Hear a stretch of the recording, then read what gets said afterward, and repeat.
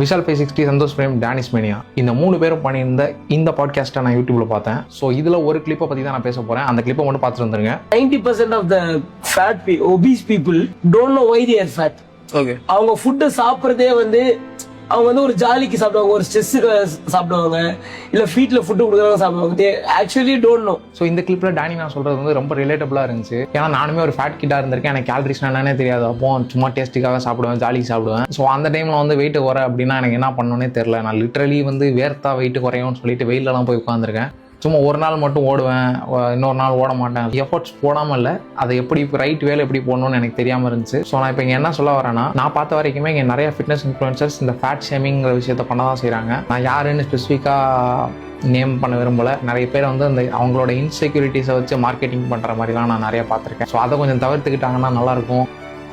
வந்து நீங்கள் புள்ளி பண்ணி வந்து என் ஃப்ரெண்டை நான் வந்து இந்த ப்ராசஸ்க்குள்ளே நான் தள்ளுறேங்கிறதெல்லாம் it will doesn't work. So அதுக்கு பதிலாக நீங்கள் என்ன பண்ணலாம்னா, ஆக்சுவலாக உங்கள் ஃப்ரெண்டுக்கு அப்படின்னா என்னங்கிற ப்ராசஸை சொல்லிக் கொடுக்கலாம். ஸோ அந்த மாதிரி ஒரு ஹெல்த்தியான கான்வர்சேஷன் வச்சுக்கோங்க. மற்றபடி அவங்கள ஹர்ட் பண்ணுற மாதிரியோ அவங்கள புள்ளி பண்ணுற மாதிரியோ வந்து பேசாதீங்க.